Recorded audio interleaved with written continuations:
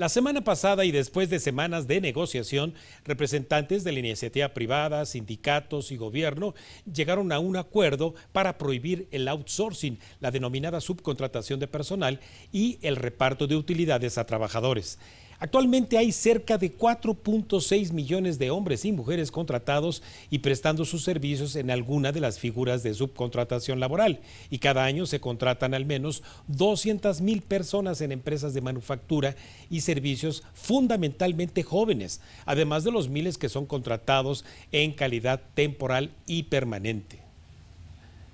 Y para analizar los alcances de este acuerdo en la competitividad de las empresas y las eventuales implicaciones en la contratación de personas, es que le agradezco al contador público Rafael Álvarez García, consultor y especialista en talento humano, que converse con nosotros esta tarde. Muy buenas tardes, contador. ¿Qué tal, Raimundo? Qué mucho gusto en saludarte. Muy buenas tardes a ti y a todo el auditorio. Muchísimas gracias, Rafael. Rafael, bueno, pues nada menos, hoy se está dictaminando en la Comisión de Trabajo y Previsión Social y para llevarse al Pleno de Diputados este nuevo esquema del outsourcing, y mucho te agradecería para nuestra audiencia que nos explicaras hacia dónde va el outsourcing, qué sí se queda, qué no se queda. Sí, claro, Raimundo, muchísimas gracias. Bueno, te comento lo siguiente, sí, justo como mencionas, el día de hoy hubo una comisión, se denominó la Comisión Unida entre lo que fue de la Secretaría de Hacienda y de la Secretaría de Trabajo y Previsión Social, en la cual a las 4:20 aproximadamente se aprobó el decreto que en este momento pasará al Pleno a votación para la modificación de lo que hoy conocemos como la subcontratación. Esta aprobación que se dio hoy, te digo, aproximadamente 4:20 de la tarde, fue con 50 votos a favor, 10 en contra y 2 abstenciones, y en la cual, pues bueno, se establecieron varios de los temas que, si me lo permites, voy a tocar de manera Por muy favor. general, aunque todavía, muchas gracias, aunque todavía falta lo que pase en la votación del Pleno, falta que pase obviamente también a la Cámara de Senadores y tengamos un texto final. Y pues bueno, sí hubo varias observaciones también a lo contenido en dicho decreto. Bueno, como bien lo mencionas, lo que se platicó la semana pasada, el día 5 de abril aproximadamente, en este acuerdo tripartita, es prohibir la subcontratación de personal, sobre todo como la subcontratación que hoy en día conocemos. Sin embargo, no es un tema de prohibición en general. Lo que se va a buscar es regular la subcontratación, pero de servicios especializados y de obra especializada.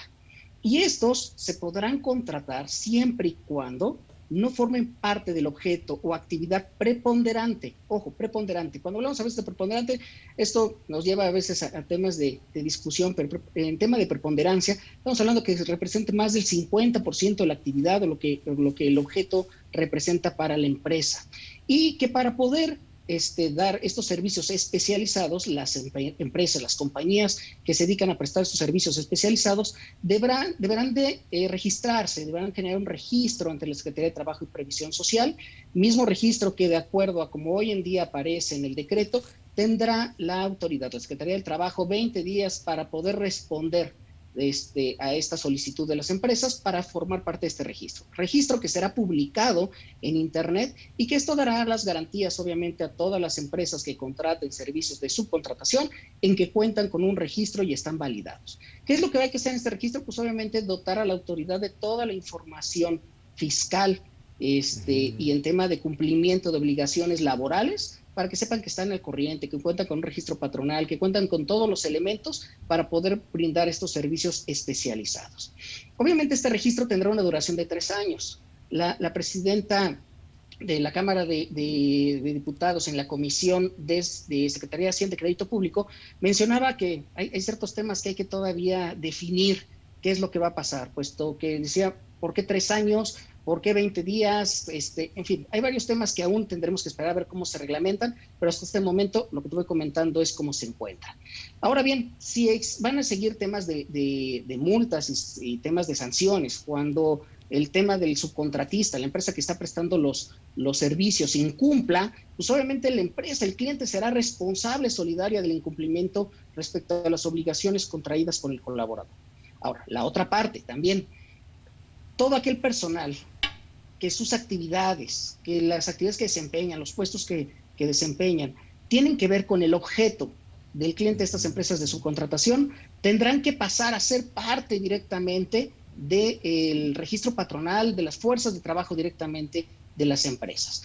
Esto, pues, lo están dotando de un plazo de 3 meses para que se realicen e incorporen todos los cambios a partir de la publicación en el Diario Oficial de la Federación. Sin embargo, ahí sigue habiendo ciertos comentarios respecto del tema fiscal principalmente, porque recordemos que esta reforma no solamente trastoca la Ley Federal del Trabajo, trastoca la ley del IVA, ley del ICR, Código Fiscal de la Federación, trae connotaciones también a la Constitución Política de los Estados Unidos mexicanos, a la ley del Infonavit, a la ley del Seguro Social, todas estas reformas, pero sobre todo en tema fiscal lo que se está viendo es que pueda ir con el semestre. ¿Por qué? Porque hoy en día, recordemos que en temas de subcontratación existe una retención de IVA de 6 de los 16 puntos. Entonces, todos estos cambios lo que quieren es ver que también en materia fiscal no generen tanta controversia ni tantos problemas y conflictos. Ahora bien, hablar de especializados a veces es un tanto complicado, no existe algo que nos diga qué es propiamente, cómo se va a dotar de que se diga que algo es especializado. Entonces también tendremos que esperar ciertas reglamentaciones al respecto. Esto que te comento de la especialización también fue comentado en las comisiones unidas que tuvieron el día de hoy, que se reunieron en las mesas de trabajo, pero pues tendremos que ver un poquito más adelante cómo se va a ir reglamentando toda esta parte. Uno de los puntos que también es vital es que a esta migración, a esta sustitución, llamémoslo patronal, esta migración del personal a las empresas directamente que se podrían considerar ahora patronas, tendrán que respetar las antigüedades. Eso es lo que también se contempla y que tendrán ahora que van a gozar de los beneficios y las prestaciones que directamente la empresa va a darles.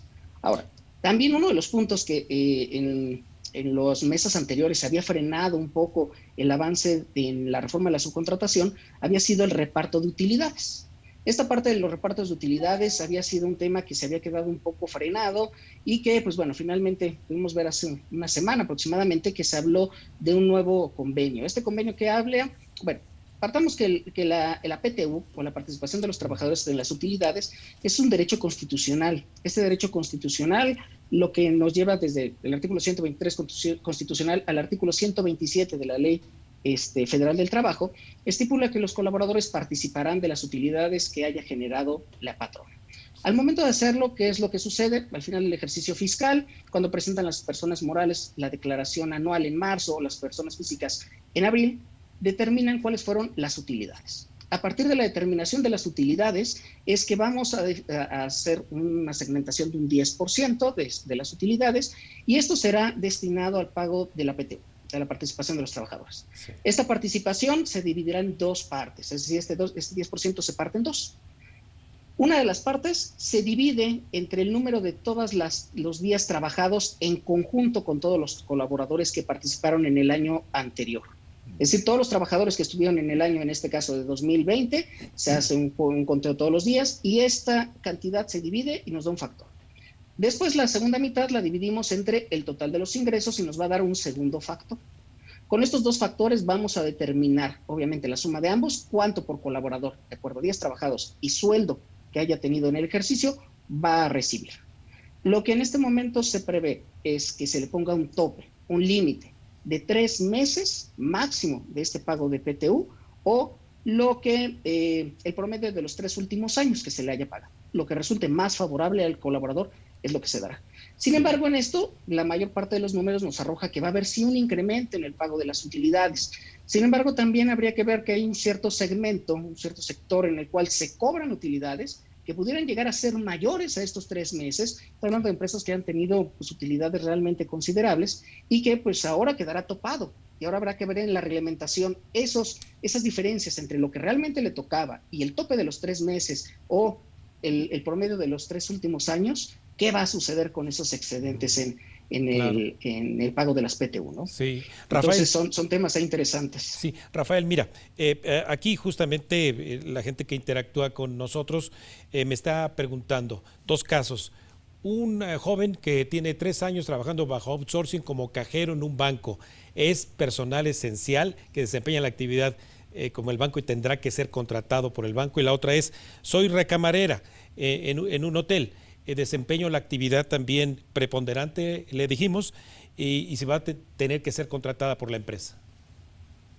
Sí, por supuesto. Fíjate que aquí tocas 2 temas bastante interesantes e importantes. Mucho tendrá que ver, como lo menciona en esta parte de la especialización, y lo mencionaba hace un momento, no hay algo muy específico, pero vamos a hacer un poco el ejercicio con estos dos casos que bien me mencionas. Sí. En el caso de los bancos, va a depender mucho también desde su actividad económica reportada, digo porque hay desde los grandes corporativos financieros hasta pequeños bancos, cuál es la actividad preponderante, si el otorgamiento de créditos, si la cobranza de los préstamos, en fin. Y ahí es donde justamente la actividad que desempeña este cajero tendrá o no que justificarse que es parte esencial o no de la empresa. Fíjate que aquí muchas veces, lo mismo sucede con la recamarera, ¿no? En el caso de los hoteles, lo habíamos platicado en alguna ocasión, su principal objeto es el de brindar alojamiento a turistas, a personas, a terceros, etcétera. Y obviamente, sí, aquí tendríamos que justificar si el hecho de poder realizar el tendido de la cama, si al atender todas las amenidades o necesidades de los cuartos, tendría que ser, de las habitaciones, tendría que ver o no con la actividad principal. Aquí muchas veces entramos a la discusión de actividades o objetos secundarios que nos ayudan a alcanzar el objetivo principal de las empresas. Y que aquí, bien lo mencionan, en el tema de tercerización habrá mucho que trabajar justamente en justificar este tipo de actividades, porque puede ser que no sea la actividad principal, pero sí servicios que ayudan obviamente a alcanzar el objetivo principal de la empresa. Claro. Hay ocasiones en que, lo platicamos en alguna ocasión, tema aeronáutico, a veces contratamos un vuelo a través de una línea aérea y terminamos volando a través de un avión que pertenece a otra línea aérea, ¿no? Y esto pues no es que haya un tema de subcontratación, hay un tema de colaboración o de asociación, pero mucho lo que se busca con esto, recordemos, es combatir el outsourcing o la subcontratación abusiva, la ilegal, que cito a la Secretaría de Trabajo. Hay que identificar entre el outsourcing como el colesterol, hay bueno y hay malo. Sí, hay que identificarlo y hay que obviamente trabajar sobre ello. Sí, Rafael, pues como en los detalles se esconde el diablo, y seguramente después de lo que hagan los diputados al dictaminar estos cambios al artículo 15 de la Ley Federal de Trabajo, te voy a molestar para que volvamos a conversar sobre esto, para revisar justamente estos detalles y que la interacción aquí con nuestra audiencia también siga siendo rica en poderles dar respuestas en cuentas claras. Muchísimas gracias, Rafael. Al contrario, muchísimas gracias a ti, y estaremos obviamente al pendiente de todo lo que vaya sucediendo en estos momentos. Estamos a pocos días en que probablemente esto ya sea aprobado por ambas cámaras y estaremos en comunicación con mucho gusto. Te agradezco mucho, contador. Muy buenas tardes. Excelente tarde. Hasta luego. Gracias. Bueno, pues ahí lo tienen, los nuevos acuerdos que firmaron el gobierno federal con el sector patronal y obrero ya están incluidos hoy en la iniciativa que dictaminaron a las 4:20 de la tarde, como nos lo mencionó nuestro invitado, por las comisiones de Trabajo y Previsión Social y la Secretaría de Hacienda de la Cámara de Diputados. Antes de ir un breve corte, le recuerdo nuestras redes sociales de la Agencia Mexiquense de Noticias para que nos siga en Facebook y en Twitter, @AMX Noticias y @Raimundo Tenorio.